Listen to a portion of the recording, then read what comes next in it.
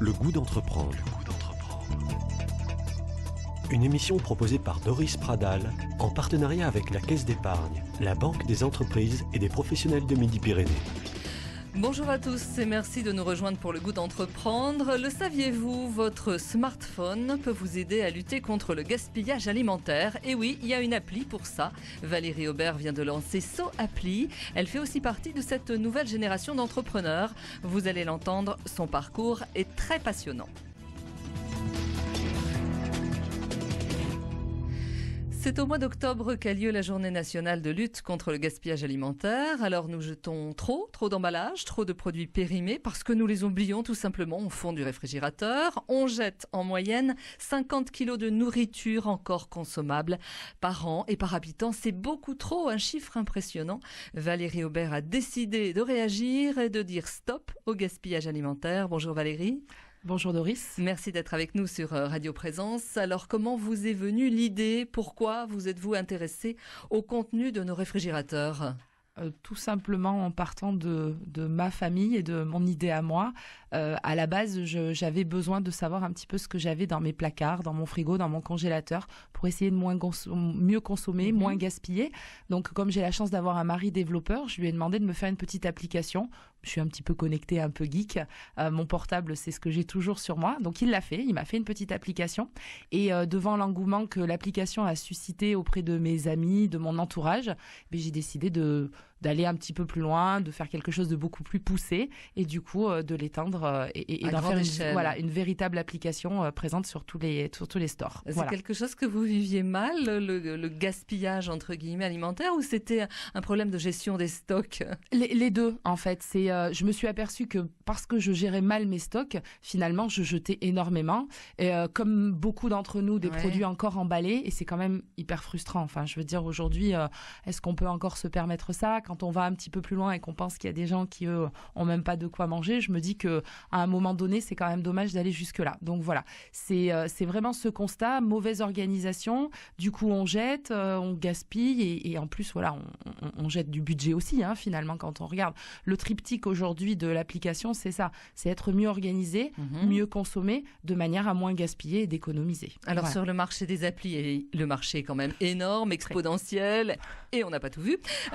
Il y a effectivement déjà des applis qui permettent de gérer son réfrigérateur, de commander de faire ses courses à distance. Qu'est-ce que vous apportez de plus, Valérie? En fait, l'idée, c'est justement que l'application, elle regroupe tout ça. Il y a des applications qui gèrent le frigo, des applications qui gèrent le congélateur, des applications qui effectivement permettent de faire des listes de courses. Moi, j'ai voulu une application qui regroupe absolument tout, puisqu'aujourd'hui, l'appli a 3 niveaux. Le frigo, le congélateur et les placards.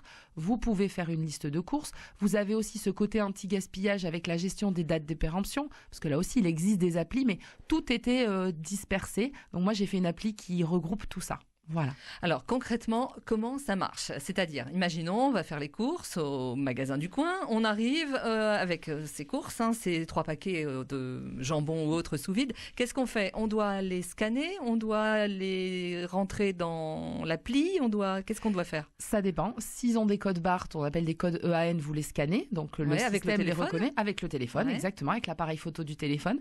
Vous les scannez, donc ça les rentre dans votre stock. Vous indiquez la date de péremption, la quantité que vous avez acheté et vous validez. Ce produit-là, une fois créé, il reste, de toute façon, quel que soit le produit, il reste après dans vos produits, vous n'aurez plus à le rescanner, simplement à modifier les quantités. Et si c'est un produit frais, où il n'y a pas des légumes, ou voilà, il n'y a pas forcément de code barre, ou de la viande, il n'y a pas de code barre, vous pouvez le créer de toutes pièces, même mettre une photo si vous voulez. Voilà. Et ensuite, l'appli, que nous dit l'appli, nous dit aujourd'hui nous sommes le 1er octobre, c'est fini, c'est ça. Votre jambon est périmé. C'est ça, exactement. Après, vous créez des alertes qui peuvent être, après c'est vous qui gérez, hein. Par exemple, si vous avez envie de dire que vous voulez être prévenu que votre jambon va se périmer à J-3, vous calez l'appli de manière à ce qu'elle vous prévienne. Ça fait ce qu'on appelle des notifications push sur le téléphone, donc une petite alerte qui vous dit SoAppli, attention, vous avez un produit qui va se périmer dans 3 jours. En fait, c'est un assistant personnel. C'est le but. Tout à fait. On est assisté pour tout, même pour la gestion même pour ça. de notre lave-linge à la maison qui est connecté désormais. C'est la même chose. Presque, exactement. Alors Valérie, vous êtes chef d'entreprise. Ce côté entrepreneur, vous l'aviez dans l'âme. Vous avez créé il y a peu de temps votre entreprise, c'est ça? Oui. Vous étiez dans quel univers avant? Avant, j'étais dans l'univers de la banque. Ouais. Donc, voilà, j'étais directrice d'agence bancaire. Ça a duré pendant 14 ans. Et puis à un moment donné, la question s'est posée de savoir ce que je pouvais faire d'autre. Quant à l'âme d'entrepreneur, je pense que je l'ai depuis toute petite puisque je suis fille de chef d'entreprise et que j'ai été élevée comme un petit chef d'entreprise, comme mes frères d'ailleurs. Donc voilà, je pense que cette âme-là, on l'a tous les trois et que deux d'entre nous ont décidé en tous les cas d'aller plus loin. Mais je pense que on l'a dans le sang, malgré tout. À quel moment vous avez sauté le pas? J'ai sauté le pas il y a 2 ans, donc 2 ans, oui, c'est ça. 2 ans en me disant, voilà, j'ai envie de faire d'autres choses. Et cette application que j'ai créée pour moi m'a donné le feu, on va dire, pour créer mon entreprise à moi. Voilà. Alors, qu'est-ce que ça implique créer une appli? Parce que bon, j'allais dire, pour beaucoup d'entre nous, ça reste quand même quelque chose c'est du digital, c'est du virtuel. Voilà. Alors, qu'est-ce que ça implique?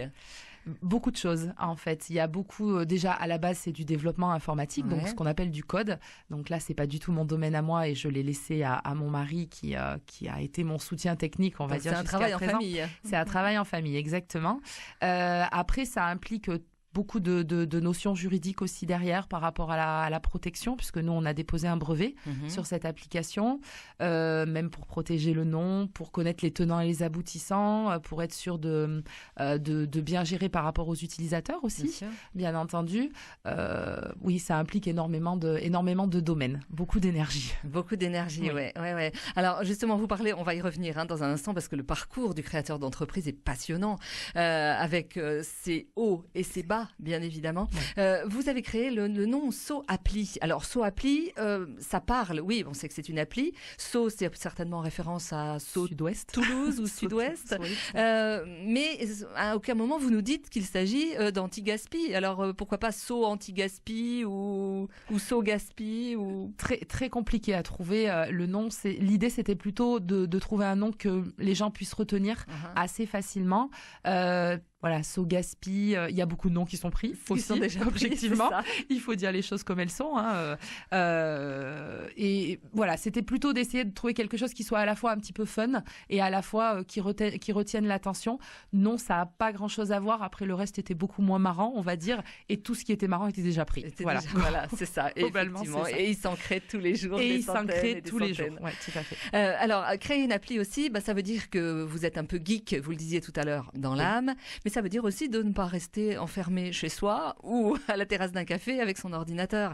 Donc, vous faites partie d'un incubateur, d'une pépinière d'entreprise. Tout à fait. Je suis hébergée, mon entreprise est hébergée par la pépinière de Toulouse Métropole, une des pépinières de Toulouse Métropole, parce qu'il y en a plusieurs. Et effectivement, c'est l'avantage de la pépinière, c'est vraiment de pouvoir partager. Même si on n'est pas dans les mêmes domaines, même si on travaille pas sur les mêmes sujets, on est tous de jeunes créateurs d'entreprise avec plus ou moins d'expérience, parce que ça peut aller entre 0 et 7 ans, on va dire. Ça peut aller de 20 ans ou à 60 ans ou plus. Tout à fait. On n'a pas du tout le même âge, pas du tout la même vision des choses. Et c'est ça qui est bien parce qu'on partage énormément.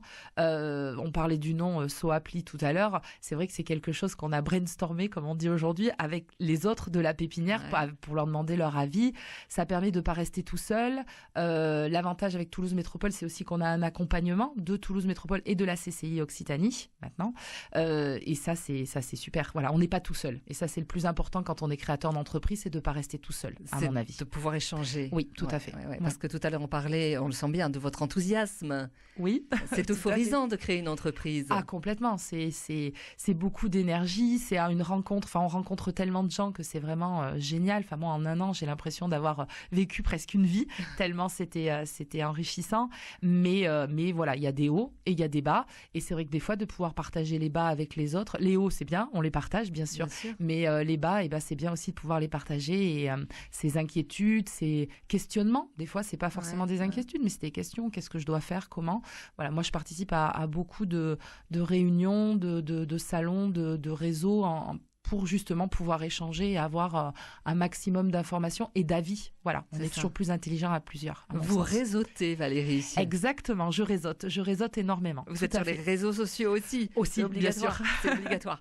En ayant créé une appli. De toute façon, quoi qu'il en soit, on ne peut pas faire autrement. Est-ce qu'il y a quelque chose qui vous a le plus marqué, enthousiasmé? Ce serait quoi dans la création? Est-ce que c'est le fait de créer, bien évidemment?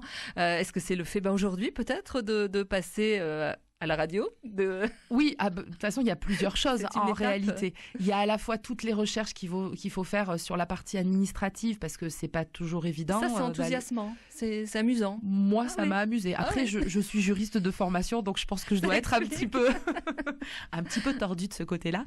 Mais voilà, toutes les recherches qu'on peut faire, c'est épuisant. Après, il faut savoir bien s'entourer aussi. Après, il y a tous les gens que j'ai rencontrés aussi. Je vous le disais tout à l'heure. Enfin, pour moi, j'ai vraiment l'impression d'être sortie comme si j'avais ouvert une porte et que j'étais sortie dehors et que d'un seul coup, j'avais découvert le monde, quoi, finalement. Des fois, ça me donne cette impression-là, même si ça vous paraît énorme comme comparaison. Et puis, effectivement, c'est rencontrer d'autres milieux. C'est la radio, les journalistes. C'est vrai que je fais pas mal d'interviews en ce moment et ça aussi, c'est un autre monde et ça, c'est très enthousiasmant. Oui, tout à fait. Ça, c'est des moments forts aussi, dans la création de l'entreprise. Tout ce qui est autour de l'entreprise, de la communication. Oui, tout à fait. C'est vrai que ça, c'est très intéressant. Et puis, on rencontre encore des gens. C'est vrai que je remets toujours ça sur le tapis, mais pour moi, c'est important aussi. Alors, on parle de communication. Comment vous communiquez, justement? Comment vous faites votre, entre guillemets, pub? Alors, une appli, comment ça marche?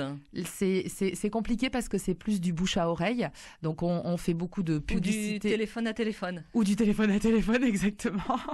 On fait beaucoup on utilise beaucoup les réseaux sociaux, bien entendu, pour de la publicité ou simplement pour partager certaines choses de manière à ce que ça devienne viral, puisque c'est comme ça que ça fonctionne.